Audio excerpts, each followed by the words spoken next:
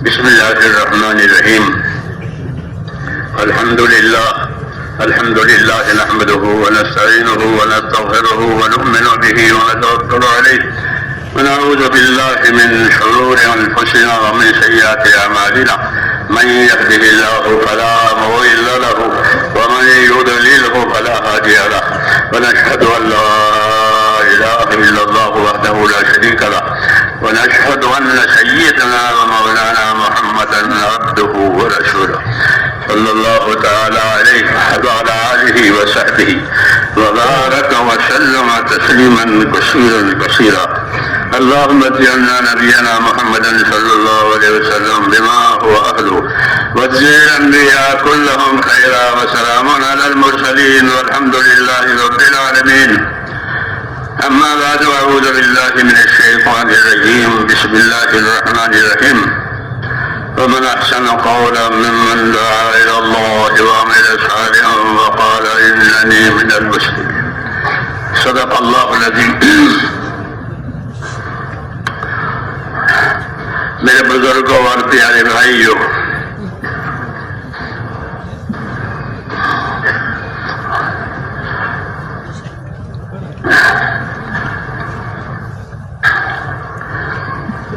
اللہ تبارک و تعالیٰ کی طرف سے اپنے بندوں کی طرف بنیادی طور پر دو چیزیں آتی ہیں. ایک اس کی نعمتیں آتی ہیں اور ایک اس کے احکام آتے ہیں. صبح کے احکام، شام کے احکام، رات کے احکام، غریبی کے احکام، مالداری کے احکام، سفر کے احکام، حضر کے احکام. جو حال ہوگا اس حال کا حکم آئے گا کہ بندوں کو اپنی اطاعت اور عبادت کے لیے پیدا کیا ہے، اس لیے ایک رخ ان کی طرف اللہ تعالیٰ کے حکموں کا ہوتا ہے. جو حکم صبح کے ہیں اگر کوئی اسے شام میں پورا کرے تو وہ قابل قبول نہیں ہے، اور جو حکم شام کے ہیں اسے کوئی صبح پورا کرے تو وہ قابل قبول نہیں ہے. ہر وقت کے ساتھ اس کے احکامات ہیں. دوسری چیز جو اللہ کی طرف سے ہماری طرف ہے وہ اس کی نعمتیں ہیں. اللہ تعالیٰ نے نعمتوں کو بھی پیدا کیا ہے اور نعمتوں کو استعمال کرنے والے، نعمتوں کی حاجت والے بھی پیدا کیا ہے. تو نعمتیں بھی ہماری طرف ہیں اور حکم بھی ہماری طرف ہے، اور ہم کو تعلیم بھی ہے کہ نعمتوں کی طرف کیسا رخ کرنا ہے اور حکموں کی طرف کیسا رخ کرنا ہے. حضور صلی اللہ علیہ وسلم اپنی مسنون دعاؤں میں یہ دعا مانگا کرتے تھے جو آپ سب بہت سے حضرات کو یاد ہے. ربی اعنی علی ذکرک و شکرک و حسن عبادتک. یہ مشہور دعا ہے جو فرض نمازوں کے بعد مانگی جاتی ہے. اس میں یہی بات ہے، رب اعنی علی ذکرک و شکرک و حسن عبادتک. حضور اپنی دعاؤں میں بھی داعی ہے، اپنی دعوت میں بھی داعی ہے. آپ اپنی دعاؤں میں بھی داعی ہیں. جو دعائیں آپ نے ہم کو دکھائی سکھائی ہے اس میں ہماری حاجت بھی ہے اور ہماری دعوت بھی ہے.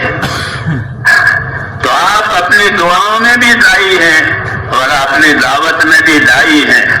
آپ کو اللہ نے ایسا بنا کر بھیجا ہے.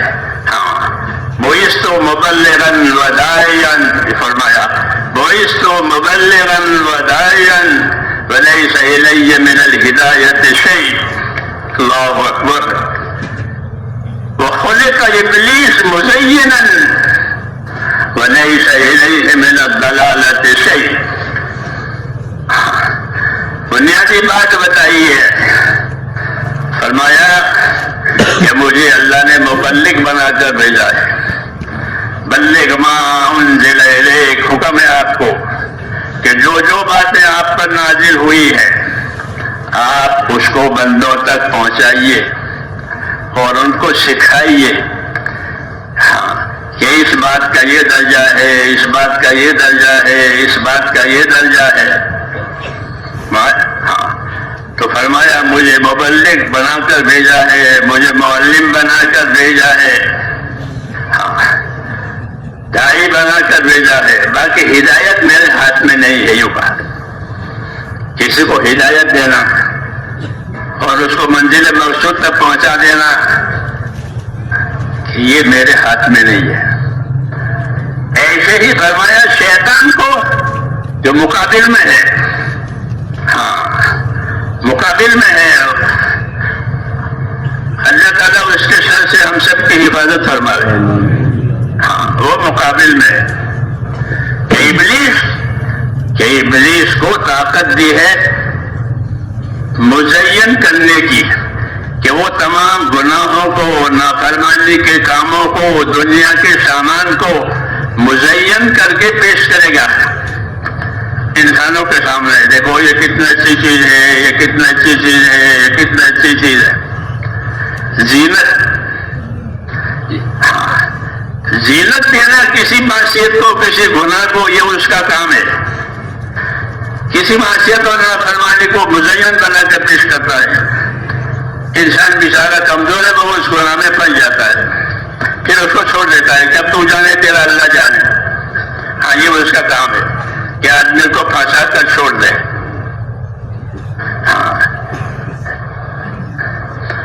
تو یہ مقابل طاقتیں ہیں، ایک طاقت نبی کو دی ہے، ایک طاقت شیطان کی ہے۔ لیکن مسئلہ اللہ کے ہاتھ میں ہے کہ نبی ہدایت دے کر منزل مقصود تک نہیں پہنچا سکتا، رہبری کرے گا۔ شیطان صرف بہکائے گا۔ شیطان کے ہاتھ میں نہیں ہے کہ لوگوں کو دوزخ میں لے جائے، بہکانا اس کا کام ہے۔ تو یہ ہر ایک کے کام کا معیار سمجھایا ہے ہم کو، اور پھر ہم کو ہدایت ہے کہ اللہ کی طرف سے جو باتیں تمہاری طرف نبیوں کے ذریعے سے آ رہے تم اس کا اتباع کرو، اپنی زندگی کو اس کے تابع کرو۔ یہ مطلب ہوتا ہے اتباع کا۔ ہماری دعوت اور تبلیغ کا مقصد بھی یہی ہے۔ ہم کسی کو مسلمان نہیں بناتے، بلکہ جو مسلمان ہیں ان کو صحیح معنی میں مسلمان بنانا ہے کہ وہ اپنی زندگی کا رخ اللہ کے نبی کی طرف، ان کے طریقوں کی طرف کرے۔ زمانے کی رفتار کیا ہے، خاندانوں برادریوں کا کیا طریقہ ہے کہ وہ نہیں، بلکہ ہم کو خاص طور سے اللہ نے ہم کو راہیں بتائی ہیں اپنے نبی کے ذریعے سے، اور یہی دعوت ہے، یہی تعلیم ہے کہ زندگیوں کا رخ طریقوں کی طرف کیا جائے۔ ماحول ہوتا ہے، خاندانی روایتیں ہوتی ہیں، قومی روایتیں ہوتی ہیں کہ وہ نہیں، بلکہ ایک راستہ ہوتا ہے جو نبی کے ذریعے سے دیا جاتا ہے، اس کو اپنانا ہے۔ ہمارا جو تیسرا نمبر ہے علم و ذکر، اس کی طرف دھیان نہیں ہے، وہ اسی مقصد کے لیے ہے۔ علم و ذکر دینی زندگی کی دو پٹڑی ہے، جیسے ریل کی پٹڑی ہوتی ہے۔ ریل بغیر پٹڑی پہ چلے گی؟ کیوں بھائی کہ نہیں چلے گی؟ پٹڑی ریل کے لیے، ریل پٹڑی کے لیے۔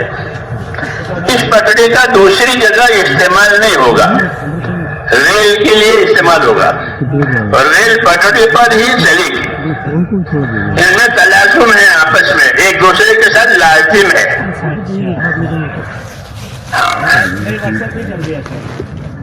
علم و ذکر پٹڑی ہے تو دینی زندگی گزارنے والوں کے لیے اس کے ذمے ہے کہ وہ اپنی زندگی کی ریل کو اس پر چلائے۔ یہ مقصد ہے علم و ذکر کا۔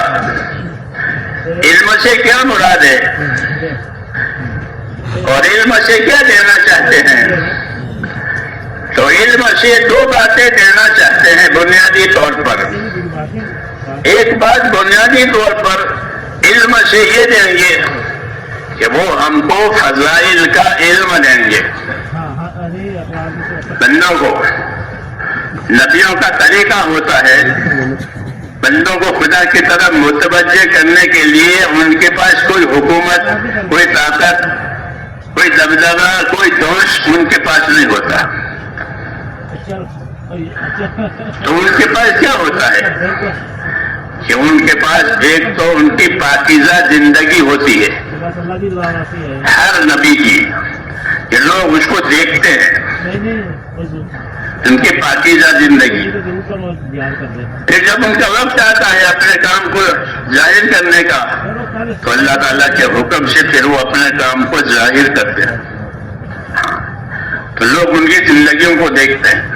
حضور صلی اللہ علیہ وسلم نے بھی جب لوگوں نے آپ کی نافرمانی کی اور آپ کو جادوگر بتایا، فرمایا تم دیکھتے نہیں ہو، میں تو ایک لمبی عمر تک تمہارے درمیان میں رہا ہوں.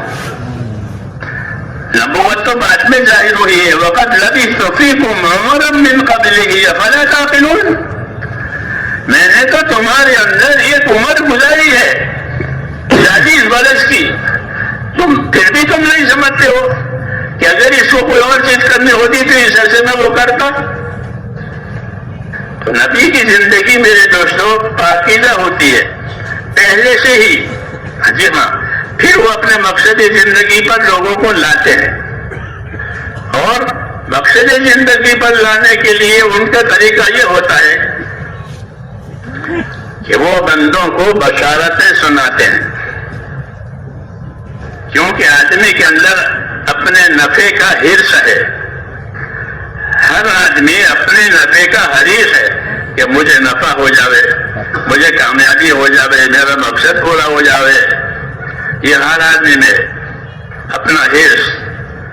دوسری صفت اس کے اندر ہوتی ہے انسان کے اندر خوف، کہ میں کسی خطرے سے دوچار نہ ہو جاؤں. ہاں، حال میں بھی مستقبل میں بھی کسی خطرے سے میں دوچار نہ ہو جاؤں، اس کا اس کو خوف ہوتا ہے. ہاں، اور اپنے نفع کی حرص اور امید ہوتی ہے. یہ آدمی کی فطرت ہے کہ اپنے نفع کا حرص اور امیدوار اور اپنے خطرے سے ڈرنے والا، یہ اس کا مزاج ہے. اللہ تعالیٰ نے اس مزاج کی رعایت کرتے ہوئے ہم کو اپنے راستے پر ڈالا ہے کہ جو جس چیز کا اس کو حرص اور شوق ہے اس کے دینے کے وعدے کیے ہیں. ہاں، دینے کے وعدے کیے ہیں اللہ نے کہ تم کو یہ دیں گے اور یہ دیں گے اور یہ دیں گے. قرآن شریف میں 2 چیزیں ہیں، ایک شرطیں ہیں اور ایک وعدے ہیں. شرطیں ہم پوری کریں گے، وعدہ اللہ پورا کرے گا. ہاں، ایمان والوں کے ساتھ یہ معاملہ ہے کہ کچھ شرطیں لگا رکھی ہے اللہ نے، وہ شرطیں بندے پوری کریں گے، اور وعدہ کہ وعدہ اللہ پورا کرے گا. دعوت میں یہ ہوتا ہے. اس میں ایک قسم حکموں کی یہ ہوتی ہے کہ جس میں ہم کو نفع بتایا ہے، فائدہ بتایا، فضیلت بتایا، اور ڈرایا بھی ہے کہ نہیں کرو گے تو یہ ہوگا اور کرو گے تو یہ ملے گا. اس کو فضائل کہتے ہیں. ہر نبی کی دعوت میں، ان کی تبلیغ میں فضائل کا علم ہوتا ہے کہ وہ بندوں کو اللہ پر یقین اور اللہ کے وعدے پر چلانا چاہتے ہیں. وہ اپنی طرف سے کچھ نہیں کہتے، بلکہ یہ کہتے ہیں کہ اگر تم نے اللہ کی بات مان لی تو اللہ تمہیں یہ دیں گے اور یہ دیں گے اور یہ دیں گے، اور نہیں مانو گے تو پھر یہ ہوگا اور یہ ہوگا اور یہ ہوگا. یہ ان کا طریقہ کار ہے. اس طریقے سے وہ بندوں کو اللہ کی طرف متوجہ کرتے ہیں، اور اللہ کی طرف متوجہ کرنے کے لیے وہ ایک بات اور بھی کرتے ہیں کہ وہ اللہ کی قدرت سمجھاتے ہیں کہ تم اللہ کی قدرت پر غور کرو. تو قدرت سمجھاتے ہیں کہ دیکھتے نہیں ہو اللہ نے اکیلے نے یہ سارا بنایا ہے اور سارا چلا رہا ہے، اس کا کوئی شریک نہیں ہے، اور اسے کا کوئی مد مقابل بھی نہیں ہے. ہاں دونوں باتیں نہیں ہے. اللہ کا کوئی جسم بھی نہیں، ضد بھی نہیں. بری ذات تہمت ضد و جنس غنی ملک سرتا عطی جن و انس. ایک اللہ کا نیک بندہ اللہ کی تعریف میں یہ بات کہہ رہا ہے کہ بری ذات تہمت ضد و جنس غنی ملک سرتا عطی جن و انس، کہ اللہ کی مبارک ذات بری اور پاک ہے. کہ کس سے پاک ہے؟ کہ ضد سے اور جنس سے. ضد کہتے ہیں مقابل طاقت کو، جیسے آگ اور پانی، اور جنس کہتے ہیں موافقت طاقت کو، جیسے یہ کام دوسرے کے لیے. تو ایسی کوئی طاقت اللہ کے ساتھ نہیں ہے. اللہ اپنے تمام طاقتوں کے ساتھ اکیلا ہے. نہ ضد میں کوئی طاقت ہے، نہ جنس میں کوئی طاقت ہے، بلکہ وہ اپنے تمام طاقتوں کے ساتھ تنے تنہا وہ اکیلا ہے. یہ تعریف کرائی ہے کہ بری ذات رحمت ضد و جنس غنی ملک سرتا عطی جن و انس. دوسرا کیا کہ اللہ تعالیٰ بادشاہ ہے، ملک ہے، بادشاہ ہے، لیکن اس کی بادشاہت انسانوں اور جناتوں کی اطاعت کی وجہ سے نہیں ہے. جیسے حاکم کی حکومت رعیت کی وجہ سے ہے. رعیت الٹ گئی تو اس کی حکومت الٹ گئی، رعیت الٹ گئی تو حکومت الٹ گئی. کہ حاکم کی حکومت رعایا کی وجہ سے ہے. خدا کی خدائی اور خدائی کا ملک جناتوں اور انسانوں اور فرشتوں کی عبادت کی وجہ سے نہیں ہے. وہ ان سے بری ہے، ہاں، بلکہ وہ اپنی ذات سے خود واجب الوجود ہے. ہاں، کسی کی طرف اس کی حاجت نہیں ہے، سب کی حاجتیں اس کی طرف ہے. سب کی حاجتیں اللہ کی طرف ہے، اللہ کی حاجت کسی کی طرف ہے. اللہ غنی ہے، یہ اللہ کی شان ہے. ہاں، اعلیٰ اور بالا، کہ نہ اللہ سے کوئی اعلیٰ ہے نہ اللہ سے کوئی بالا ہے. لا الہ الا اللہ وحدہ لا شریک لہ. جی ہاں، یہ خدا کی خدائی ہے. تو نبیوں نے سب سے پہلے خدا کی خدائی کی پہچان کرائی ہے. دوسری بات کہ ساری چیزیں وہ اللہ کے تابع ہیں. سارے خزانے اللہ کے ہیں اور اس کے تابع ہیں. ہر قسم کے خزانے ہیں، آفتوں کے بھی اور نعمتوں کے بھی، اور وہ اللہ کے قبضے میں ہیں. وَإِن مِّن شَيْءٍ إِلَّا عِندَنَا خَزَائِنُهُ. کوئی چیز ایسی نہیں ہے، ہاں، بلکہ ہر چیز کے خزانے ہمارے پاس ہے. اور حکمت کے ساتھ ان خزانوں میں سے مخلوق کی طرف نکالتے رہتے ہیں، دیتے رہتے ہیں، حکمت سے دیتے ہیں. جی ہاں، بعض مرتبہ خزانوں میں سب کچھ ہے لیکن دیتے نہیں ہے، دیتے نہیں ہے، بند کر کے رکھ دیا. جی ہاں، بند کر دیا. کہ کیوں بند کر دیا؟ کہ اللہ تعالیٰ جب کوئی چیز بند کریں گے تو ظلم کرنے کے لیے بند نہیں کریں گے، تنگ کرنے کے لیے بند نہیں کریں گے، بلکہ حکمت سے بند کریں گے. کوئی حکمت ہے، کوئی حکمت ہے، وہ حکمت اللہ جانتا ہے. اس حکمت کی وجہ سے اس کو بند کیا ہے. پھر اس کا وقت آئے گا، حکمت کا اب تقاضا نہیں ہے تو اپنے فضل سے اس نعمت کو کھول دیں گے. حکمت سے بند کریں گے، فضل سے کھولیں گے. یہ اللہ کا دستور ہے.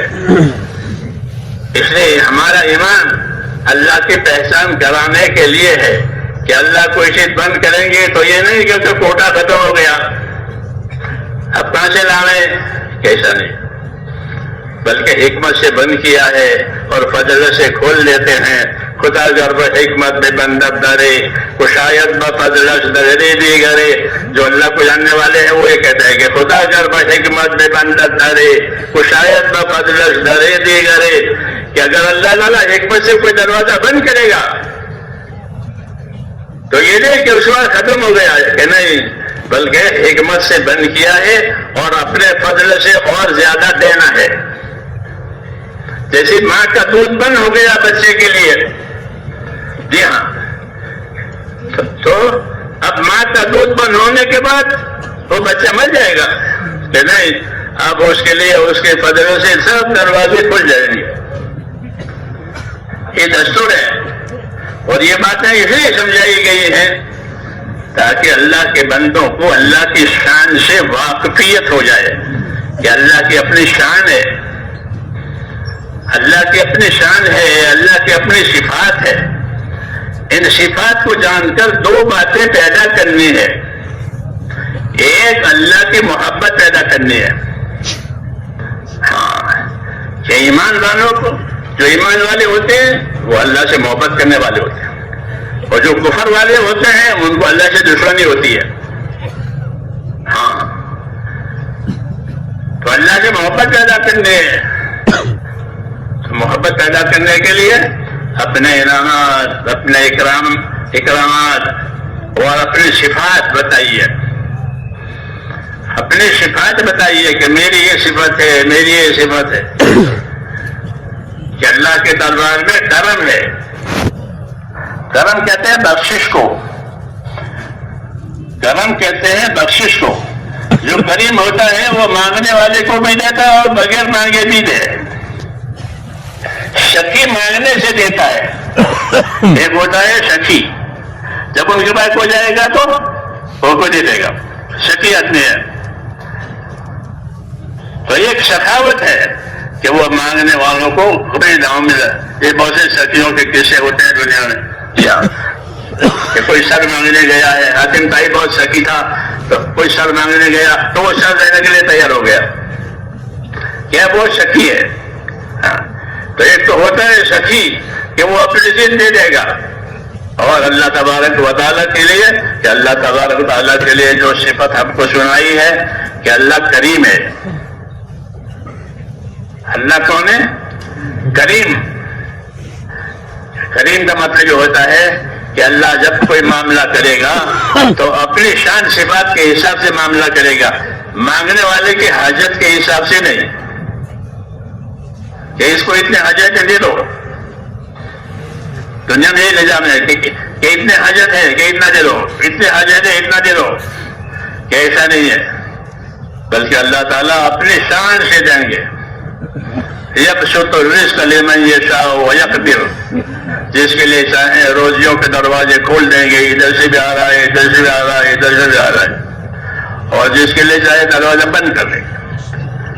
تو ان کو صبح کی فکر ہے کہ صبح بچے روئیں گے، کیا کھلاؤں گا، ابھی تو کھلا دیا. ہاں، یہ دونوں سنتیں اللہ تعالیٰ کی ہے. تنگی بھی کرے اور کھول کے بھی دے. ہاں، اس لیے نہیں کہ اس کے پاس نہیں ہے، بلکہ اس کے پاس ہے، لیکن اللہ کی شانیں ظاہر ہوتی ہے. ایمان والے کو اللہ تعالیٰ اپنے شانیں بتاتے ہیں تاکہ وہ کسی حال میں اللہ سے نہ کٹے اور اللہ سے نہ بہکے. کہ بہت زیادہ مل گیا تو بہک گیا، نہیں ملا تو ناامید ہو کے کٹ گیا. کیسا نہیں ہے، بلکہ اللہ کی اپنی شان ہے کہ اللہ کو پہچانے. یبسط الرزق لمن یشاء ویقدر. جس کو چاہے گا کھل کے روزی دے گا اور جس کو چاہے گا تنگ کر دے گا. یہ کیوں؟ یہ حکمت ہے، حکمت کا تقاضا ہے. اس لیے ہم کو یہ حکم دیا ہے حضور صلی اللہ علیہ وسلم نے کہ اپنے پروردگار کے ساتھ اچھا گمان رکھو. ایمان والوں کو اللہ کی یہ شان صفاتیں سکھائیے، بتائیے. اور یہ حکم دیا ہے کہ اپنے پروردگار کے ساتھ کیا رکھو؟ اچھا گمان رکھو. جابر بن عبداللہ یہ کہتے تھے کہ حضور صلی اللہ علیہ وسلم نے اپنی وفات سے 3 دن پہلے مجھ سے یہ فرمایا کہ جابر، تمہاری موت اس حالت میں آئے کہ تمہارا گمان اپنے پروردگار کے ساتھ اچھا ہو. ہاں، میری بات سمجھ میں آ رہی ہے؟ ہاں، کہ اللہ کے ساتھ تمہارا معاملہ کیسا ہو. ہم اللہ کے بندے ہیں، وہ ہمارا رب ہے، ہمارا خالق ہے، مالک ہے. جی ہاں، ساری مخلوق بھی اس کی ہے اور سارا حکم بھی اس کے ہے، کسی کا کچھ نہیں ہے. الا لہ الخلق والامر. یہ کہا کہ یاد رکھو مخلوق بھی اللہ کی اور فیصلہ اور حکم بھی اللہ کا، کسی کا کچھ نہیں ہے۔ اپنے مخلوق میں جو چاہے فیصلہ کرے، نفع کا نقصان کا، ہاں وہ جانتا ہے۔ یہ اللہ نے اپنا تعارف کرایا ہے کہ وہاں بڑی وسعت ہے، اور رسول نے یہ بتایا کہ اپنے پروردگار کے ساتھ تمہارا گمان اچھا ہونا چاہیے۔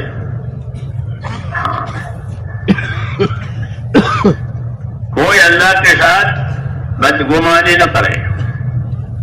ہاں یہ اس لیے ہے کہ جب آدمی کسی حالات میں آ جاتا ہے تو شیطان اس کو بہکاتا ہے کہ تو ایسا ہے، اتنا پابند ہے، دیکھو تیرے اللہ نے تیرے ساتھ کیا کیا، تیرے جوان بیٹے کا انتقال ہو گیا۔ ہاں یہ تیرے جوان بیٹے کا انتقال ہوگا، اللہ چاہتا تو وہ زندہ رہتا، اللہ چاہتا تو اچھا ہوتا تھا۔ جی ہاں، اس کو یدوا کہتے ہیں، یہ بہکاتا ہے۔ ہاں، اور اللہ تعالیٰ اپنے ہر چیز حکمت سے کرتا ہے، اور شیطان انسانوں کو حالات سے ڈراتا ہے۔ جی ہاں، حالات سے ڈراتا ہے۔ اگر اللہ کے راستے میں جانے کا ارادہ کرے تو پھر تو جائے گا اللہ کے راستے میں، ان کا کیا ہوگا، اس کا کیا ہوگا، اس کا کیا ہوگا، اس کا کیا ہوگا۔ ہاں، اب وہ آدمی حیرت میں آ جاتا ہے۔ جی ہاں، بعض مرتبہ وہ پچھڑ بھی جاتا ہے، نہیں جاتا۔ ہاں، اسے دعا کی وجہ سے۔ تو ایسے موقع پر تعلیم دی ہے کہ یوں ہوگا، یوں ہوگا، کہ حضور اللہ نبی سے فرماتے ہیں کہ قل لن یصیبنا الا ما کتب اللہ لنا، کہ نبی کہہ دو کہ کچھ نہیں ہوگا ہم کو، جو ہمارے رب نے پہلے لکھا ہے وہ ہوگا۔ مصیبت لکھی ہے تو مصیبت آئے گی، راحت لکھی ہے تو راحت آئے گی، تندرستی لکھی ہے تو تندرستی آئے گی، بیماری لکھی ہے تو اللہ تمام چیزیں لکھ چکا ہے۔ جی ہاں، اور جو جو چیزیں لکھی ہیں ان کو ہر روز عمل میں لاتے ہیں۔ جی ہاں، ان کو اپنے عمل میں لاتے ہیں۔ کل یوم ہوا فی شأن، کہ ہر روز وہ اپنے کام میں ہے۔ جیسے آپ حضرت اپنے کام میں ہوتے ہیں، اپنی ضروریات میں ہوتے ہیں، کہ اللہ ہر روز اپنے کام میں ہے، اس نے اپنے کاموں کو لکھا ہے۔ جی ہاں، پھر ان کاموں کو روزانہ عمل میں لاتے ہیں۔ آج اس کی موت ہے، اس کو موت دینی ہے، آج اس کو روزی دینی ہے، آج اس کو شفا دینی ہے۔ ہاں، تعارف کرایا کل یوم ہوا فی شأن، کہ ہر روز وہ اپنے کام میں ہے۔ ہاں، ایسے نہیں ہے کہ سب مخلوق کام کر رہی ہے، کہ ہر روز اللہ اپنے کام میں ہے، وہ اپنے کاموں کی ترتیب تنفیذ اپنی شان کے مطابق کرتے ہیں۔ یہ ہم کو ہمارے دین نے بتایا ہے، اس لیے تاکہ کوئی اللہ کے ساتھ بدگمانی نہ کرے۔ جو کچھ کریں گے حکمت سے کریں گے۔ بعض چیزیں تم کو ناگوار معلوم ہوگی، وہ تمہارے لیے اچھی ہوگی، بعض چیزیں تمہیں اچھی معلوم ہوگی لیکن وہ تمہارے لیے بہتر نہیں ہوگی۔ یہ کہا ہم سے، ہاں یہ کہا ہم سے، کیوں کہ دین پر چلنے والوں پر زیادہ تر حالات آتے ہیں، موافق حالات بھی آتے ہیں، ناموافق حالات بھی آتے ہیں، یہ دونوں حالات۔ تو حالات کا اعتبار نہیں ہے، حالات بدلتے رہتے ہیں، جیسے صبح ہوئی، شام ہوئی، رات ہوئی، دن ہوا، کہ حالات کو قرار نہیں ہے، حالات بدلتے رہتے ہیں۔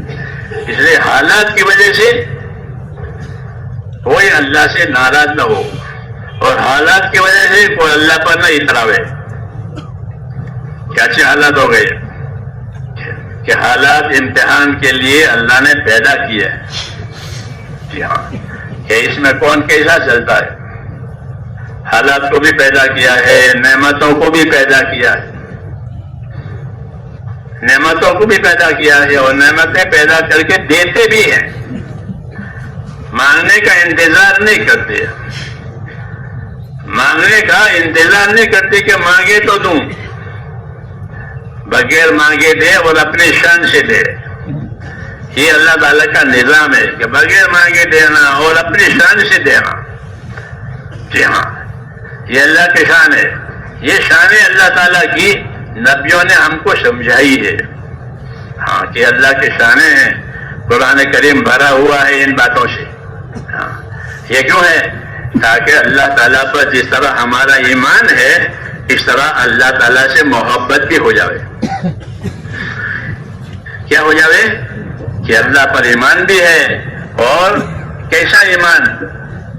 زبردستی کا کہ نہیں. والذین آمنوا اشد حبا للہ، کہ والذین آمنوا اشد حبا للہ، کہ جو ایمان والے ہیں وہ تو اللہ کی محبت میں بڑے تیز ہیں، بڑے سخت ہیں، کہ وہ اللہ کی بات محبت سے مانتے ہیں. گلا دبا کر کے بات نہیں منوائی جا رہی ہے بلکہ محبت سے مانتے ہیں. اس لیے کہتے ہیں اپنے اللہ سے محبت کرو. کیوں؟ کہ اس کی نعمتیں کھاتے ہو، وہ تمہیں نعمتیں دیتا ہے. جی ہاں، حیات دیتا ہے. تو اس لیے اپنے اللہ سے کہ اپنے اللہ سے محبت کرو اور محبت کے ساتھ اللہ کی اطاعت کرو. یہ اصل مسئلہ ہے. ہمارا اصل مسئلہ اللہ تعالیٰ کے ساتھ اطاعت کا ہے کہ اس کے بندے بن کر، اس کے تابع دار بن کر زندگی گزارے. اطاعت ہی اصل ہے جس کے لیے نبی آتا ہے کہ زندگیوں میں اطاعت آ جائے. اپنی نفسانیت میں سے، اپنے خواہشوں میں سے، اپنے ماحول میں سے آزاد ہو جائے اور اللہ کی اطاعت پر قائم ہو جائے. یہ دعوت ہے.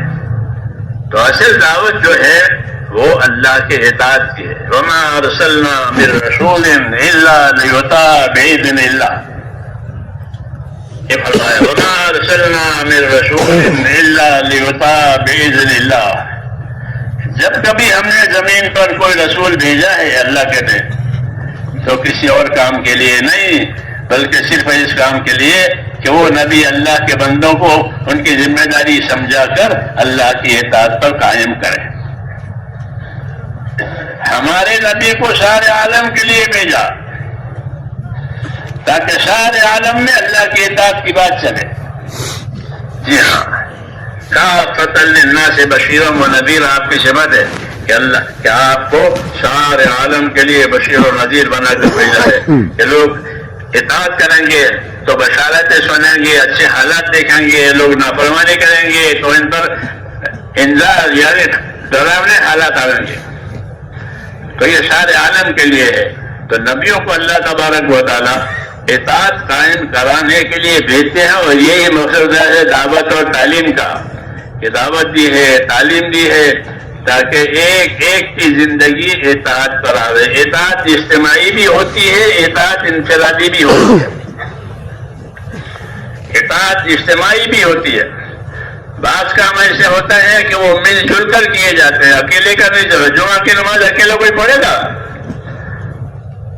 کیوں بھائی؟ کہ نہیں، جمعہ ایک آدمی کا نہیں ہوگی، عید ایک آدمی کی نہیں ہوگی، حج ایک آدمی کی نہیں ہوگی. تو بعض کام مل جل کے کرنے کے ہیں عبادتوں میں، دوسرے کاموں میں، اور بعض کام انفرادی طور پر کرنے کے لیے ہوتے ہیں. لیکن بہرحال کرنی ہے اطاعت. جی ہاں، کہ بندوں کو اللہ نے اپنی اطاعت کے لیے پیدا کیا ہے. دعوت اطاعت کی ہے کہ اطاعت کرو. اطاعت کا مفہوم عبادت سے اور زیادہ ہے. عبادت تو صرف اللہ کی ہوگی اور کسی کی نہیں ہوگی. وَاعْبُدُوا اللَّهَ وَلَا تُشْرِكُوا بِهِ شَيْئًا. معاذ ابن جبل سے پوچھا حضور صلی اللہ علیہ وسلم نے کہ معاذ، آپ کو معلوم ہے اللہ کا کیا حق ہے؟ آپ کو معلوم ہے اللہ کا کیا حق ہے؟ یہ حضرت معاذ سے حضور صلی اللہ علیہ وسلم پوچھا. انہوں نے عرض کیا مجھے نہیں معلوم ہے. ہاں بتائیں گے. جیسے ان کی عادت تھی کہ اللہ و رسولہ عالم، اور یہ سوالات بھی اسی لیے ہوتے تھے کہ جو چیز ان کے کام کی ہے، جو حق ان کے اوپر ہے، وہ ان کو بتانا ہے۔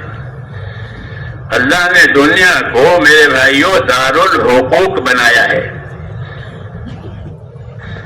کیا بنایا ہے؟ کہ یہ حقوق ادا کرنے کی جگہ ہے۔ جس طرح یہ حاجتیں پوری کرنے کی جگہ ہے دنیا، ایسے ہی یہ حقوق ادا کرنے کی بھی جگہ ہے۔ حاجت تو ہر حاجت مند کو محسوس ہوتی ہے۔ مجھے پیاس لگی ہے تو میں پیاس محسوس کروں گا، آپ کو بھوک لگی ہے تو آپ بھوک محسوس کریں گے۔ ایسا ہر جاندار وہ حاجت کو محسوس کرتا ہے، اس لیے حاجت کی تبلیغ نہیں ہوتی۔ وہ تو خود اپنی حاجت محسوس کر کے اس کا طریقہ اختیار کرے گا۔ ہاں، نبی یہ بتائے گا انسانوں کو کہ حاجت پوری کرو، لیکن حاجت کا طریقہ معلوم کرو۔ ہاں، حاجت کا طریقہ معلوم کرو۔ تو تبلیغ طریقوں کی ہوتی ہے، حاجتیں تو خود پیدا ہوتی ہیں اندر۔ جی ہاں، کہ وہ طریقوں کی تبلیغ کرتے ہیں کہ کھانا اس طرح کھانا ہے، کمانا اس طرح ہے، وضو استنجا اس طرح ہے۔ تو حاجتوں کے پورا کرنے کی تبلیغ ہے، حاجت تو اندر خود پیدا ہوتی ہے۔ ہاں، اس کو طریقے کہتے ہیں کہ نبیوں کے ذریعے سے طریقے ملتے ہیں، کیونکہ حاجت تو پہلے سے ہی ہے۔ ایسے ہی نبیوں کے ذریعے سے ذمہ داریاں ملتی ہے۔ ذمہ داریاں دو چیزوں کی ہوتی ہے، جانی ذمہ داری، مالی ذمہ داری۔ جانی ذمہ داری اور مالی ذمہ داری، یہ دو بڑی نعمتیں اللہ تعالیٰ بندوں کو دیتے ہیں۔ جانی ذمہ داری، حیات بھی ہے، اولاد بھی ہے، یہ جانی نعمتیں ہیں۔ مال دیا ہے، جی ہاں، دولت ثروت دی ہے، یہ دوسری نعمت ہے۔ تو یہ نعمتیں بندوں کی طرف آتی ہے۔ ان نعمتوں کے تعلق سے کیا حق ہے؟ کہ ان نعمتوں کے تعلق سے یہ ہے کہ یہ نعمتیں وہاں استعمال ہو جہاں اللہ راضی ہوتا ہو۔ یہ مسنون دعاؤں میں یہ تعلیم ہے۔ جو مسنون دعائیں ہیں نا، وہ دعا بھی ہے وہ، اور وہ دعوت بھی ہے۔ لیکن بیچارے ہم عربی والے عربی جانتے نہیں ہیں، اسے پتہ نہیں چلتا، ورنہ ان دعاؤں میں دعوت بھی ہے، دعا بھی ہے۔ جو حضرات عربی جانتے ہیں وہ اس کو دیکھیں گے، محسوس کریں گے کہ اس میں دعوت بھی ہے، اس میں دعا بھی ہے، اس میں حاجت بھی ہے، اور مقصد کی طرف رہبری بھی ہے۔ اس لیے میرے بھائیوں، دین سیکھنا بہت ضروری ہے۔ ہاں، دنیا بنی ہے اس دین کے لیے۔ دنیا دین کے لیے بنی ہے کہ دنیا میں انسانوں کو پھیلا کر کے اللہ نے دین اتارا ہے۔ اور پھر دین اتار کر اللہ تعالیٰ دیکھیں گے کہ کون دین پر چلتا ہے، کون دین چھوڑتا ہے۔ امتحان ہے۔ دنیا کو میٹھا بنایا ہے۔ کسی کو دنیا کڑوی لگتی ہے؟ نہیں لگتی۔ ہاں، کڑوی لگے تو تھوک دے، چھٹکارا حاصل کر لے، لیکن کوئی چھٹکارا حاصل کرنے والا نہیں ہے، سب اندر گھسنے والے ہیں۔ کیوں کہ وہ میٹھی ہے۔ یہ بات ہم کو نبی نے بتائی ہے کہ ان الدنیا حلوۃ خضرہ، کہ دنیا کیسی ہے؟ کہ دنیا میٹھی بھی ہے، ہری بھری بھی ہے۔ دنیا میٹھی ہے اور ہری بھری بھی ہے۔ یہ تشبیہ ہے۔ پہلی بارش ہوتی ہے زمین پر تو جو گھاس اگتی ہے وہ بہت ملائم ہوتی ہے اور بہت میٹھی ہوتی ہے۔ پھر جو جانور اس کو چرتے ہیں، وہ کترتے ہیں، تو پھر اس کا ذائقہ بدل جاتا ہے۔ لیکن جو پہلی گھاس ہوتی ہے وہ بہت ریشم کی طرح نرم اور میٹھی، اس کو وہ تشبیہ دی ہے کہ دنیا ہری بھری اور میٹھی ہے۔ ہاں، تو ظاہر بات ہے جب ہری بھری اور میٹھی ہے تو ہر جانور کا طالب ہوگا.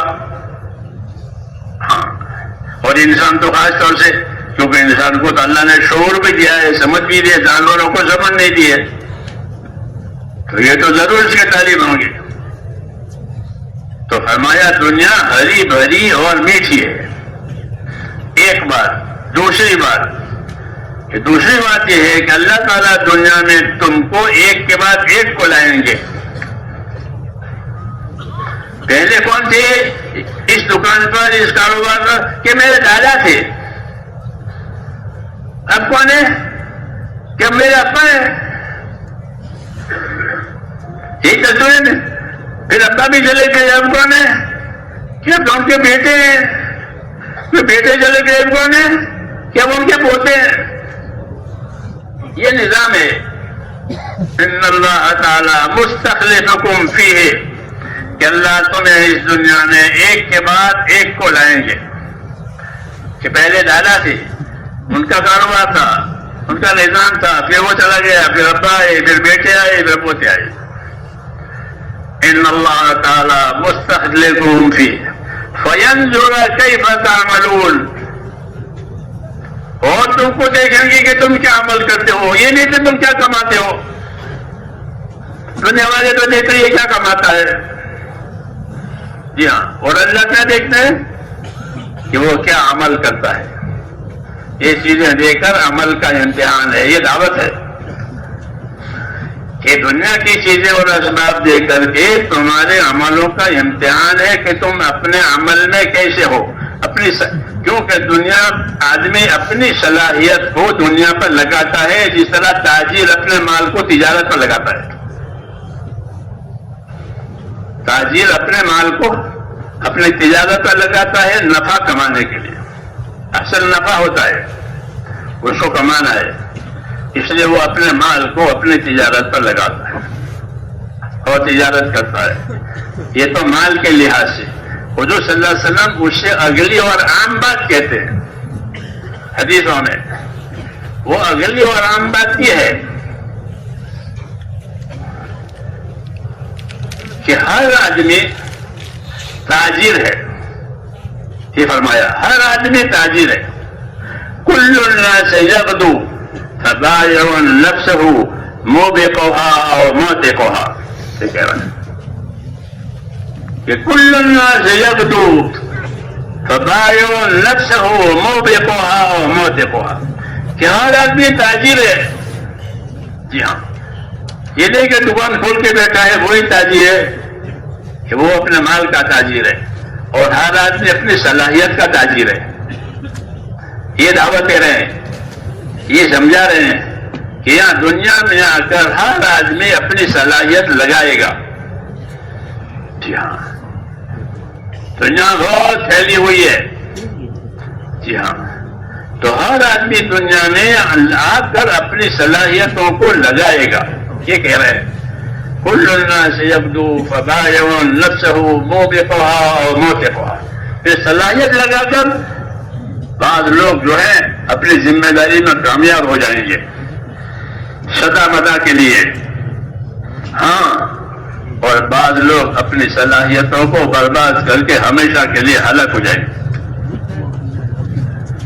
یہ نظام سمجھایا ہے کہ کل الناس یغدو فبائع نفسه موبقها او موتقها، کہ ہر آدمی اپنی صلاحیت لگاوے گا، پھر اپنی صلاحیتوں میں سے بعض اپنے آپ کو پریشانیوں میں سے مشاکل میں سے نکال کر کامیاب کر دیں گے، اور بعض اپنی صلاحیتوں کو کہ ہلاکت میں ڈالیں گے، خود بھی ہلاک ہو جائیں گے اور ان کی صلاحیتیں بھی برباد ہو جائیں گی. یہ عام بات ہے. اس لیے اللہ تعالیٰ نے دنیا میں انسانوں کی صلاحیتوں کو لگانے کے لیے راستہ قائم کیا ہے. وہ ندیوں والا راستہ ہے. وہ راستہ بندوں کو صلاحیت لگا کر کے اللہ کے پاس لے جائے گا، اللہ کی رحمتوں میں لے جائے گا. قل هذه سبیلی ادعو الی اللہ علی بصیرۃ انا ومن اتبعنی. اے نبی کہو کہ یہ میرا راستہ ہے، یہ میرا راستہ ہے. سبیل اور اس راستے میں کیا ہوتا ہے کہ میں اللہ کے بندوں کو اللہ کی طرف بلاتا ہوں. اللہ کی طرف بلانے کا کیا مطلب ہے؟ اللہ کوئی جگہ بیٹھا ہے کہ نہ؟ اللہ کی طرف بلانے کا مطلب یہ ہے کہ میں بندوں کو اللہ کی عبادت کی طرف بلاتا ہوں. یہ مطلب ہے، یہ نہیں کہ اللہ کس جگہ پر ہے وہاں اتر جائے. کہ میں اللہ کے بندوں کو اللہ کی طرف دعوت دیتا ہوں. وہ دعوت عبادت کی ہے، کیونکہ اللہ سے تعلق اپنے بندوں سے عبادت کا ہے. جی ہاں، کہ تمام لوگ اللہ کے بندے ہیں، اللہ ان کا رب ہے، اور رب ہونے کی وجہ سے اس کا حق ہے کہ اس کی عبادت کی جائے، اس کی عبادت کی جائے. اس لیے زندگی کی بڑی ذمہ داری میرے بھائیوں یہ ہے کہ عبادت اللہ تعالیٰ کی جائے. عبادت کے لیے جناتوں کو اور انسانوں کو پیدا کیا ہے. فرشتے بھی عبادت کرتے ہیں، لیکن ان میں اور ہم میں فرق ہے. جناتوں میں انسانوں میں یہ تو ایک ہے، فرشتے الگ ہے. فرشتوں کی عبادت پر کوئی جزا سزا قائم نہیں ہوگی، وہ تو ہے عبادت کے لیے، ان سے دوسرا کام نہیں ہوتا، ان سے کوئی گناہ نہیں ہوتا.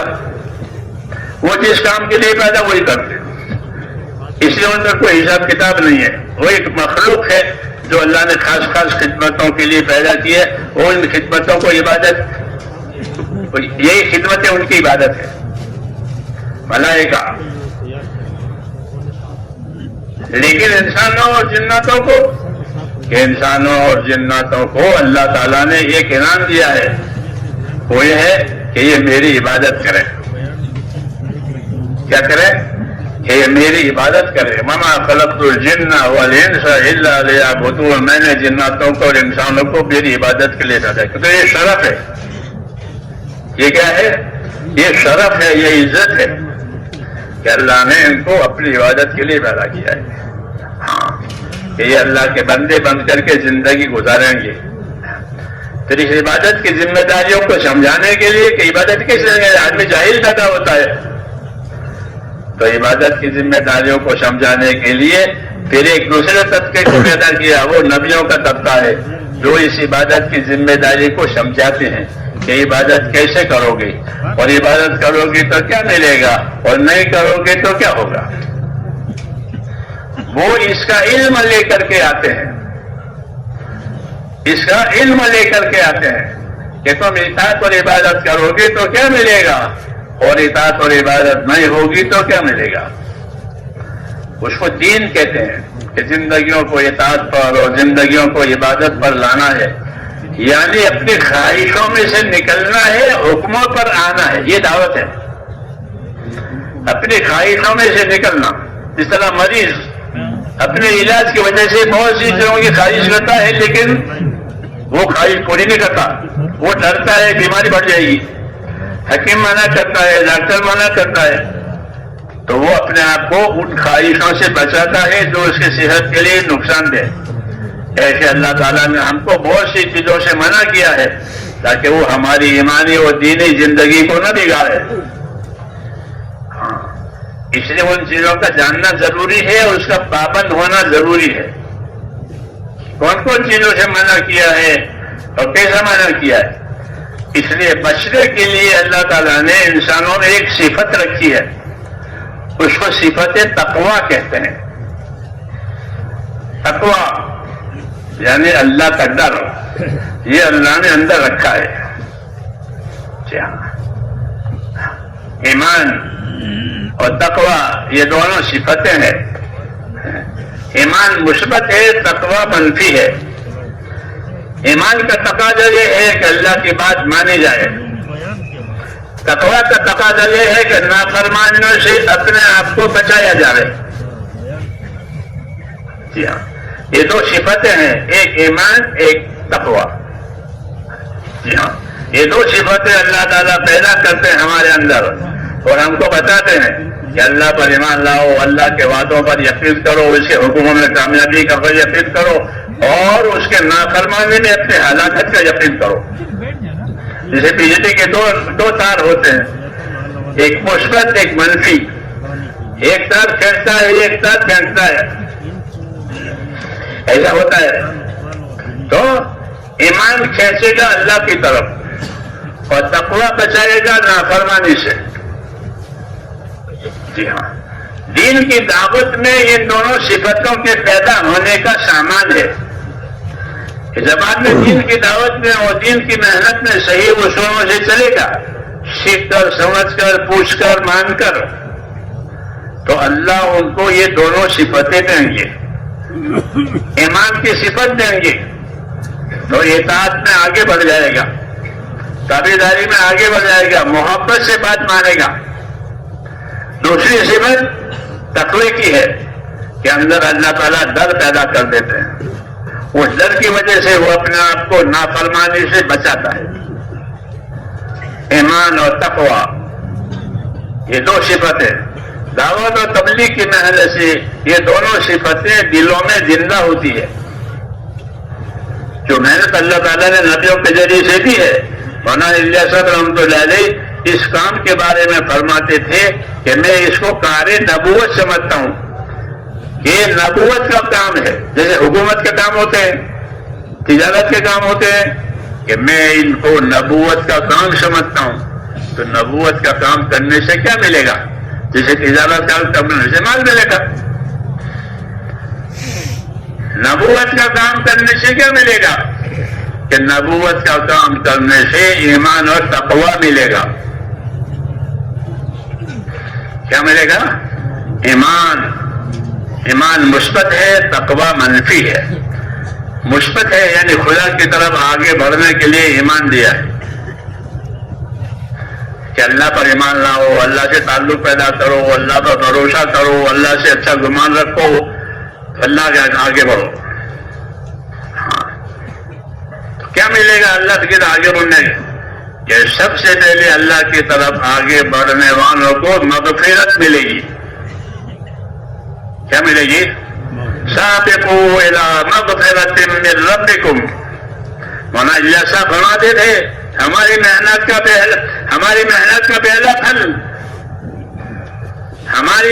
پہلا پھل مغفرت ہے. کیا ہے؟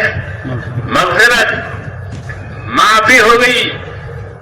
الا تحبون ان یغفر اللہ لکم، یوں کہہ رہے ہیں کہ تم کو پسند نہیں کہ اللہ تمہاری مغفرت کرے؟ کہ کیوں نہیں، ہم تو پسند ہے کہ اللہ ہماری مغفرت کرے.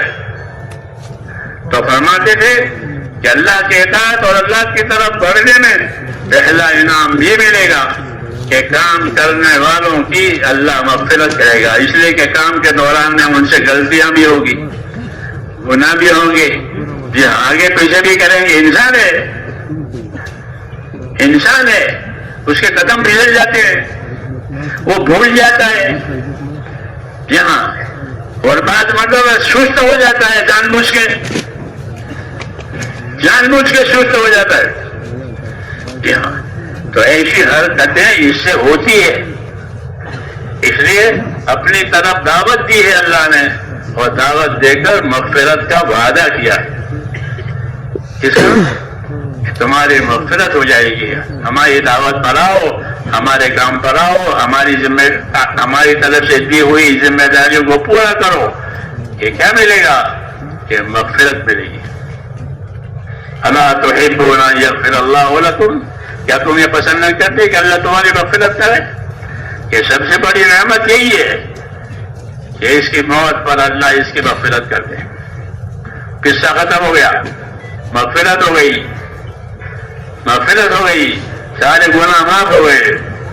کہ بس اب کیا ہے کہ مغفرت کے بعد اللہ کی نعمتیں. جی ہاں، اللہ کی نعمتیں ہیں. پہلے مغفرت ہو جائے گی، پھر نعمت. سابقوا الی مغفرۃ من ربکم، اللہ کی مغفرت کی طرف بڑھو. ایسے اسباب اختیار کرو، ایسے اعمال اختیار کرو جو تمہاری مغفرت کا ذریعہ بن جائے. کہ مغفرت آدمی کو لے ڈوبتی ہے، مغفرت آدمی کو ڈوبتے ہوئے آدمی کو بچاتی ہے. جیسے گناہ اس کو ڈبوتے ہیں اور مغفرت ہو تو نجات ہو جاتی ہے. تو مغفرت کے اسباب پیدا کرو. کہ مغفرت کے اسباب کیا ہیں؟ کہ مغفرت کا ایک سبب ایمان ہے، کہ ایمان کی وجہ سے مغفرت ہوگی. جس کا ایمان نہیں اسے مغفرت دو گے. جس کا ایمان نہیں ہے کفر ہے کہ اس کو اللہ کبھی معاف نہیں کرے گا. اور جس کا ایمان ہے چاہے ہلکا ایمان ہو لیکن وہ مغفرت کا سامان ہے. اس نے ایمان دیا، مغفرت کا وعدہ کیا. ہاں، ایمان کا کیا تقاضا ہے؟ آدمی کے پاس مال آتا ہے تو مال کا تقاضا ہوتا ہے کہ تجارت کی جائے، ورنہ کھا جائے گا، خود ہی کھا جائے گا اگر تجارت نہیں کرے گا تو. اسے وہ اپنے مال کو تجارت میں دوسری ایسی جگہوں میں لگاتے کہ وہ بڑھتا رہے. تو مال تجارت پر لگانے سے بڑھتا ہے اور بچتا بھی ہے. ایسے میرے دوستوں زندگیوں کو اطاعت پر لگانے کی وجہ سے وہ زندگی نفع دینے والی ہوتی ہے. کہ بعض لوگوں کی زندگی نفع دینے والی ہوتی ہے، بعض لوگوں کی زندگی کھوٹ میں اترنے والی ہوتی ہے. جیسے میں نے پہلے عرض کیا تھا کہ کل الناس یغدو فبائع نفسه موبقها وموتقها، کہ ہر آدمی اپنی زندگی میں گزارتا ہے، پھر یا تو اپنی زندگیوں کو پریشانیوں میں سے آزادی دلاتا ہے یا اپنے آپ کو پریشانیوں میں ڈال کر ہلاک کرتا ہے. یہ دو قسم کے لوگ ہیں. اس لیے اللہ تعالیٰ نے رحم فرما کر کے ایک راستہ رحمتوں کا دیا ہے. وہ راستہ دین کا ہے، دین کی دعوت کا ہے، دین کے سیکھنے سکھانے کا ہے. ہاں، تو دین کے سیکھنے سکھانے میں ایمان والوں کے لیے دو چیزیں بڑی ہے، ایک علم اور ایک اللہ کا ذکر. علم و ذکر، علم و ذکر یہ دو پٹڑی ہے ریل کی کہ مسلمان کی زندگی علم و ذکر پر ہوگی. علم و ذکر کا کیا مطلب ہے؟ کہ اس کو اللہ نے ایمان دیا ہے تو اللہ نے اس کو ایمان کے تقاضے پورا کرنے کے لیے اپنے حکموں کا علم دیا ہے کہ یہ کرنا ہے، یہ نہیں کرنا ہے، یہ بچنے کے لیے ہے، یہ بڑھنے کے لیے ہے، اس میں بڑھنا ہے، اس میں بچنا ہے. اس قسم کے احکام دیے ہیں اس علم میں. علم نہیں ہے تو پھر یہ جاہل ہے، جہالت ہے. جہالت کا نتیجہ جہنم ہے. جہالت کا نتیجہ جہنم. یہ فائدہ ہے کہ جہالت کہاں لے جائے گی؟ کہ جہالت جہنم میں لے جائے گی. سرانجام جاہل جہنم بہت. ہم جو فارسی پڑھتے تھے چھوٹی چھوٹی کتابیں ہوتی تھی لیکن بڑی بڑی باتیں ہوتی تھی. اب لوگ دین پڑھتے نہیں ہیں، گہرائی پیدا نہیں ہو رہی ہے دین کے کاموں میں. ہاں، اس میں بتایا تھا کہ سرانجام جاہل جہنم بہت، کہ جاہل کا سرانجام جہنم ہے. یعنی جہالت جہنم میں لے جانے کے لیے ہے. ہاں، اللہ کون ہے، رسول کون ہے، اللہ کی طرف سے کیا ملا ہے کیا نہیں، کچھ نہیں. تو یہ نابینا ہے، یہ نابینا ہے، اندھا ہے. رسول صلی اللہ علیہ وسلم کا بڑا کمال یہ تھا کہ آپ نے لوگوں کو جہالت میں سے نکالا. جہالت کی وجہ سے وہ عمل کرتے تھے لیکن غلط عمل کرتے تھے. تو جاہل ہے، ننگا طواف کرتے تھے.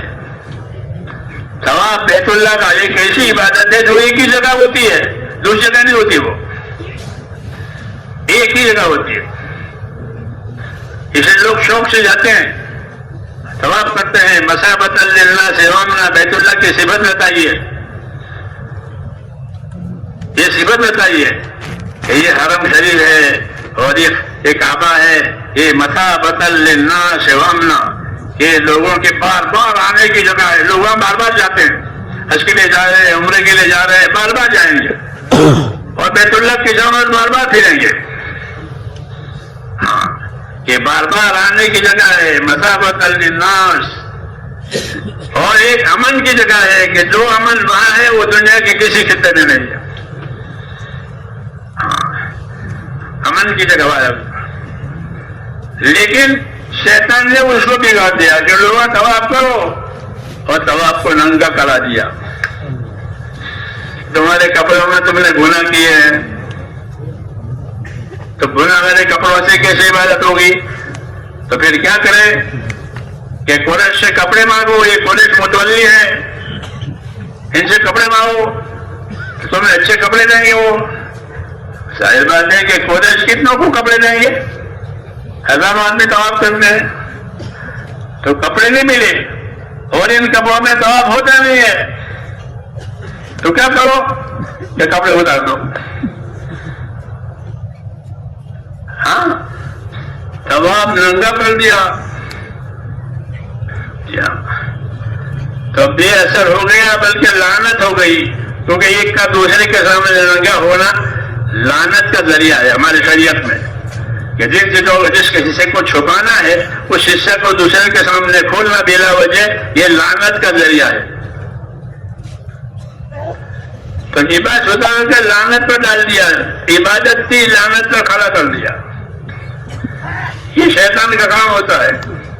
اس لیے اللہ تعالیٰ نے مسلمانوں کو نبی کے ذریعے سے علم و ذکر دیا ہے تاکہ جہالت سے یہ بہک نہ جائے اس طرح۔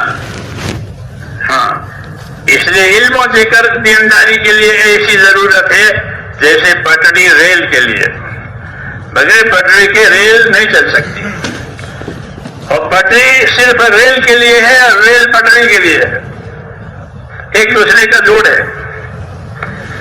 ایسے یاد رکھو، تبلیغ صرف پھرنے کا نام نہیں ہے، پھرنا تو ہمارے حضرت کہتے وہ تو چھٹا حصہ ہے، چھٹا نمبر ہے پھرنا، باقی 5 جہاں گئے،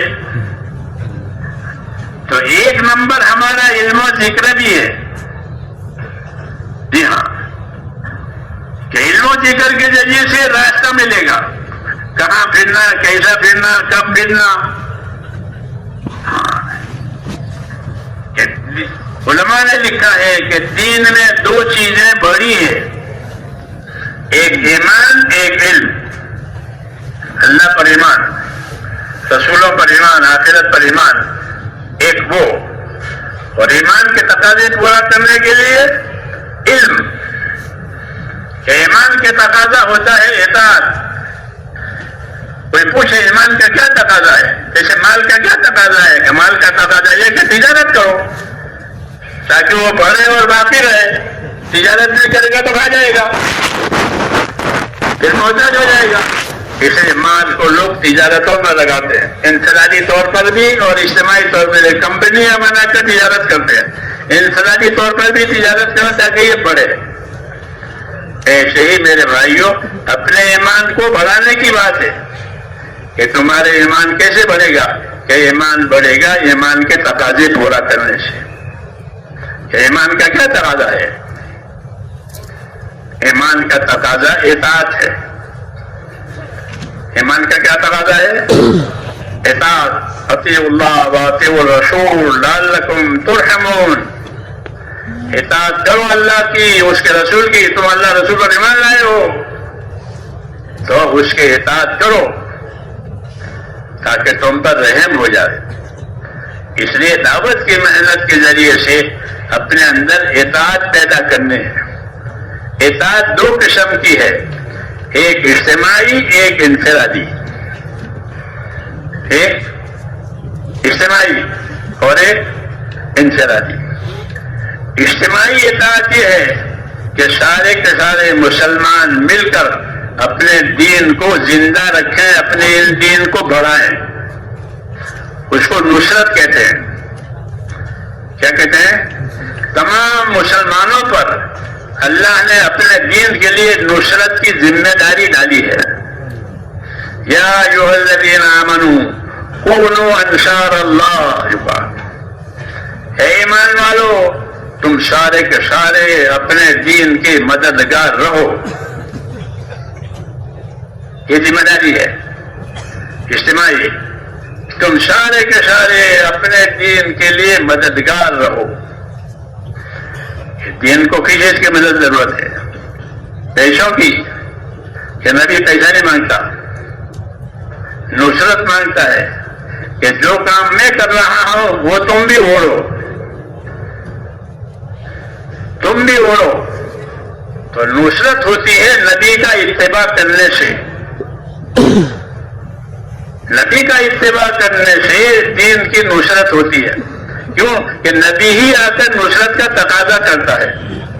حضور صلی اللہ علیہ وسلم مکی دور میں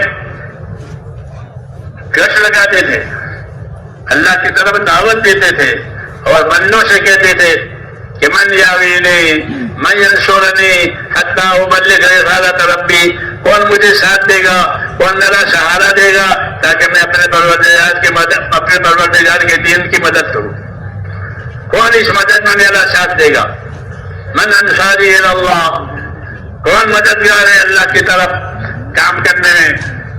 تو دین آتا ہے تو دو ذمہ داریاں ڈالتا ہے، ایک شخصی اور انفرادی زندگی کی ذمہ داری، ایک اجتماعی زندگی کی ذمہ داری. انفرادی زندگی کی ذمہ داری یہ ہے کہ ہر مسلمان اپنے آپ کو اللہ کے نبی کی سنت اور شریعت کا پابند کرے. میری بات سمجھ آ رہی ہے؟ یہ دیکھو کہ تبلیغ میں پھرنے سے کتنی شریعت پر عمل ہو رہا ہے، کتنی سنتوں پر عمل ہو رہا ہے. یہ انفرادی دیکھنا ہے، یہ انفرادی دیکھنا ہے. دوسرا دیکھنا نصرت کا ہے کہ ہم نے اپنے دین کو آگے بڑھانے کے لیے کتنی نصرت کی ہے، کتنی اجتماعی محنت کی ہے تاکہ ہر جگہ فضا بنے اور رکاوٹیں ختم ہو جائے. تو ہمارے ذمے نصرت کی بھی ذمہ داری ہے اور اتباع سنت کی بھی ذمہ داری ہے. ہاں کہ اتباع سنت کی وجہ سے سارے کام ہو جائیں گے. الحمدللہ ہم مسلمان ہیں، ہمارے عقیدے صحیح ہے، ہمارے اعمال صحیح ہے، کوئی خرافات ہمارے اندر نہیں ہے. پھر تبلیغ کے ذریعے سے آپ سے کیا چاہا جاتا ہے؟ کیا چلے چاہے جاتے ہیں، 4 مہینے چاہے جاتے ہیں؟ کہ نہ، کہ تبلیغ کے ذریعے سے آپ سے کہا جاتا ہے اپنے رسول کا اتباع کرو.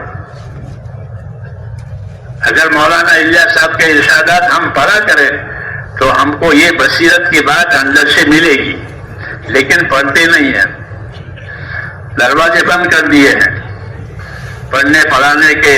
جی ہاں، خالی پھرنا رہے گا یا خالی چکی پھرے گی تو پیٹ میں بھرے گا، یاد رکھو.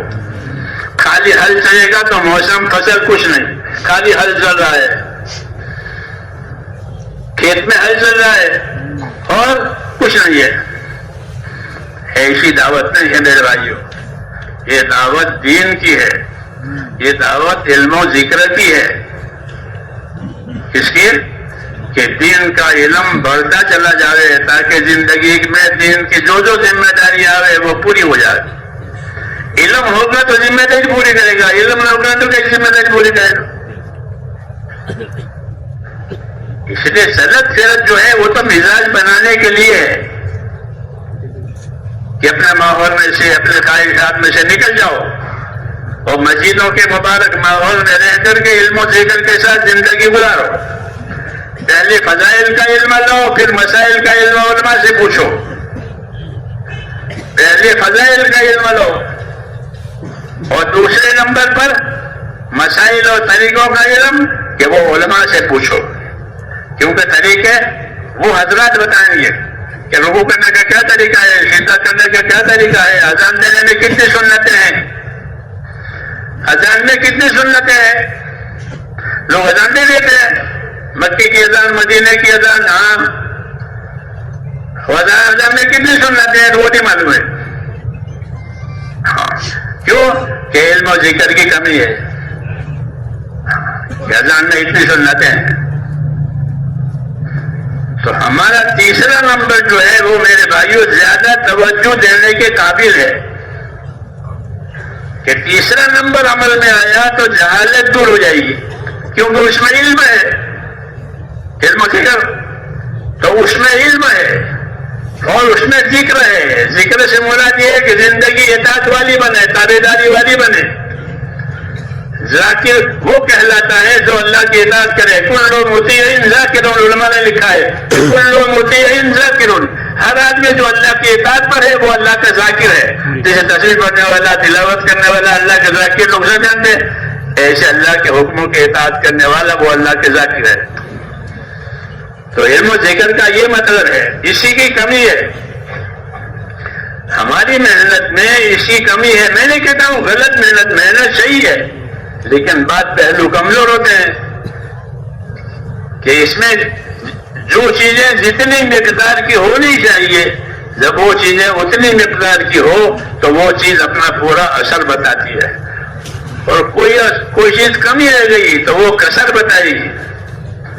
کہ چاول کو پوری گرمی نہیں ملی تو چاول میں کسر رہ گئی، چاولوں میں کمی رہ گئی، وہ کچے ہیں کہ اس کو پوری گرمی نہیں ملی.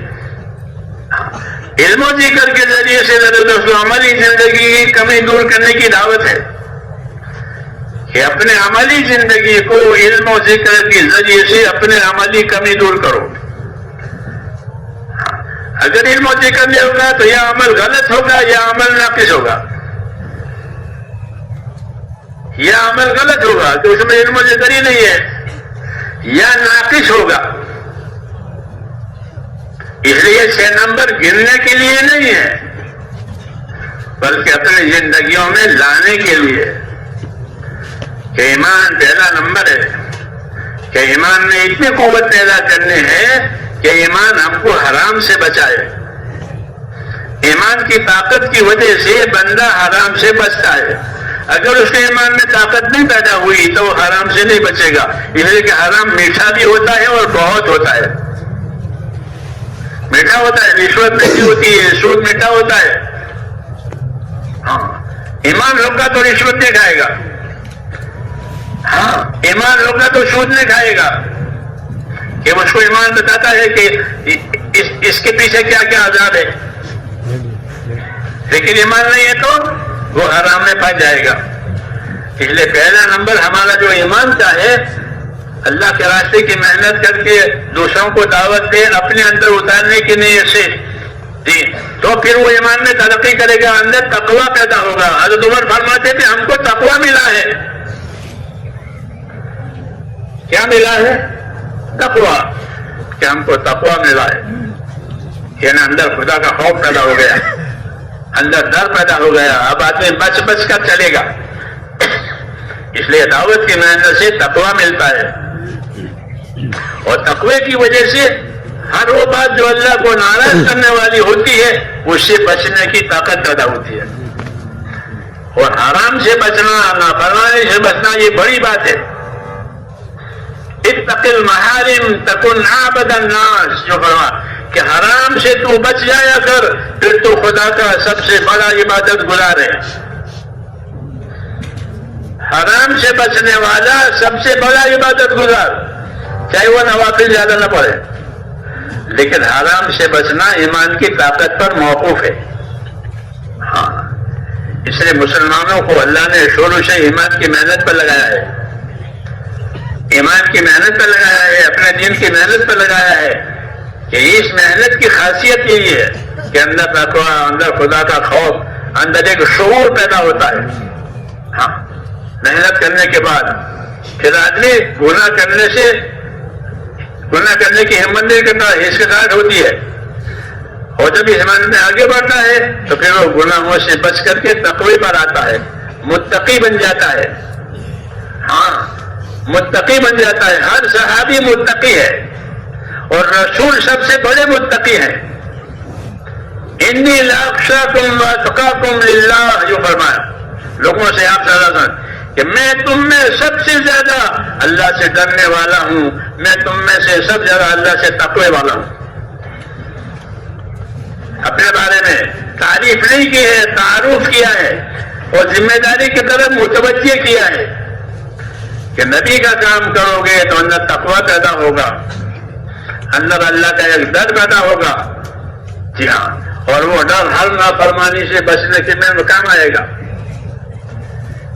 اس لیے حکم ہے کہ اللہ کے راستے میں پھرو. تو خالی پھرنا نہیں ہے، علم و ذکر کے ساتھ پھرنا ہے، اخلاق اور اعمال کے ساتھ پھرنا ہے، اخلاص کے ساتھ پھرنا ہے. ان چیزوں کو لے کے پھرنا، پھر یہ چیزیں بڑھے گی. مخلصین کا اخلاص بڑھے گا، علم والوں کا علم بڑھے گا، ذکر والوں کا ذکر بڑھے گا. ہاں والذین اہتدوا زادہم ھدی وآتاہم تقواہم، کہ جو ہدایت پر بتا کر لوگ چلیں گے، ہم ان کی ہدایت میں اضافہ کریں گے، ہم ان کے تقوی میں اضافہ کریں گے. یہ کام تو یہ کام ہے میرے دوستو. اللہ ہمیں اس کی صحیح سمجھ عطا فرمائے. ایک تو اس کے لیے صحیح سمجھ اپنے اندر پیدا کرنی ہے اور اللہ سے مانگنا ہے کہ ہمیں اس کام کی صحیح سمجھ عطا فرمائے. کیونکہ شیطان ہر بڑے کام کو کسی ایک شکل پر ڈلوا دیتا ہے. وہ شکل ہوتی ہے کمزور.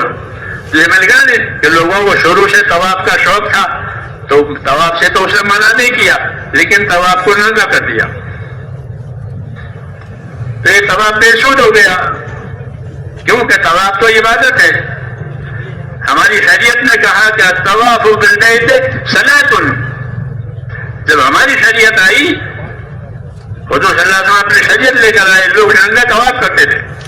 فرمایا طواف بالبیت صلاۃ. ہماری شریعت کا حکم ہے کہ طواف بالبیت صلاۃ، کہ بیت اللہ کا طواف تو نماز ہے. تو نماز ننگی ہوتی ہے؟ نماز بغیر طہارت کی ہوتی ہے؟ یہ شریعت آئی، پہلے جہالت تھی تو شریعت آئی کہ طواف بالبیت صلاۃ. یہ بیت اللہ کا طواف یہ تو نماز ہے. یعنی نماز بغیر طہارت کے، بغیر کپڑے کے ہوتی نہیں ہے. اس طرح تو اس طرح جہالت جب علم سے کرا دے گا تو جہالت ختم ہوگی. ہاں، اس لیے ہماری محنت میں علم و ذکر کی بڑی اہمیت ہے. اس کی طرف توجہ نہ ہونے کی وجہ سے کام کی پوری تاثیر نہیں ہے. ورنہ اس کام میں تو بڑی تاثیر ہے، بڑی طاقت ہے. یہ فضا بدل دیتے ہیں، یہ کام فضا بدل دیتا ہے. مدینہ منورہ کی فضا بڑی مصیبت کی. وہاں بڑی بیماری تھی، لوگوں کو بخار آ رہا. مدینہ منورہ کا بخار مشہور تھا. حمہ یثرب، مدینہ کا پرانا نام ہے یثرب. پہلے مدینہ کو یثرب کہتے تھے. آپ صلی اللہ علیہ وسلم کی تشریف آوری ہوئی تو مدینہ کا نام بدل دیا گیا کہ مدینہ کو یثرب نہیں کہا جائے گا بلکہ اب مدینہ منورہ کہا جائے گا. جیسے نظام الدین، تو پہلے نظام الدین کا نام نظام الدین نہیں تھا. 800 سال پہلے حضرت نظام الدین تشریف لائے تو نظام الدین ہو گیا. ورنہ غیاث پور نام تھا اس کا. کیا نام تھا؟ غیاث پور. نظام الدین کا نام تھا. حضرت کی تشریف حاضر ہوئی 800 سال پہلے تو نظام الدین ہو گیا. آپ کی تشریف مدینہ منورہ ہو گیا. نام بھی بدل گیا، خاصیت بھی بدل گئی. ہاں، کام میں کیونکہ نبی آیا، نبی کا کام آیا. ہاں، تو نبی کا کام میں نورانیت ہوتی ہے. کیا ہوتی ہے؟ کہ نبی کا کام کہ وہ نور والا ہوتا ہے. ہم کو 2 نور دیے گئے ہیں، ایک قرآن کریم کا نور اور ایک نبی صلی اللہ علیہ وسلم کی سنتوں کا نور. یہ 2 نور ہیں. اپنی دعوت کے ذریعے سے اپنی زندگیوں میں یہ دونوں نور پیدا کرنے ہیں. وَأَنزَلْنَا إِلَيْكُمْ نُورًا مُبِينًا، ہم نے تمہاری طرف کھلا ہوا نور اتارا ہے، یعنی قرآن اتارا.